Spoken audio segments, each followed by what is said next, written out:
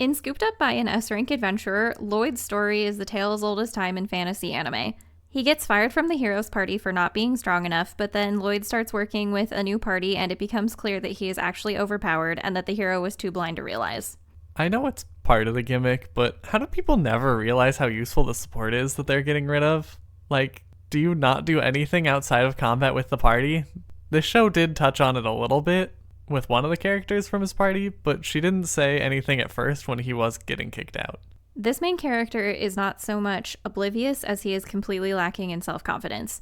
Additionally, his teacher is one of the most legendary mages in the country, so he doesn't have a fair baseline to compare himself to.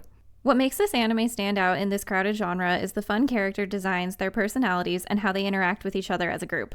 Lloyd's teacher and magical learning process reminded me of Izumi in Fullmetal Alchemist Brotherhood, which was fun to see, and Merlin kind of looks like Marin showed up for a group cosplay. Marin could be anywhere.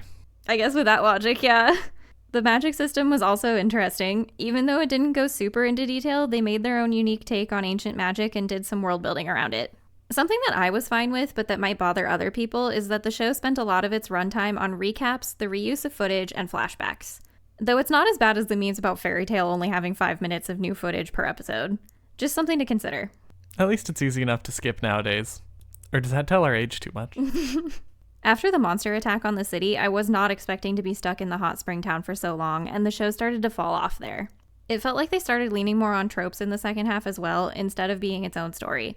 I also wish that the demons had been presented in a way that made them more scary and intimidating, instead of it feeling like viewers were expected to feel that way simply by calling them demons.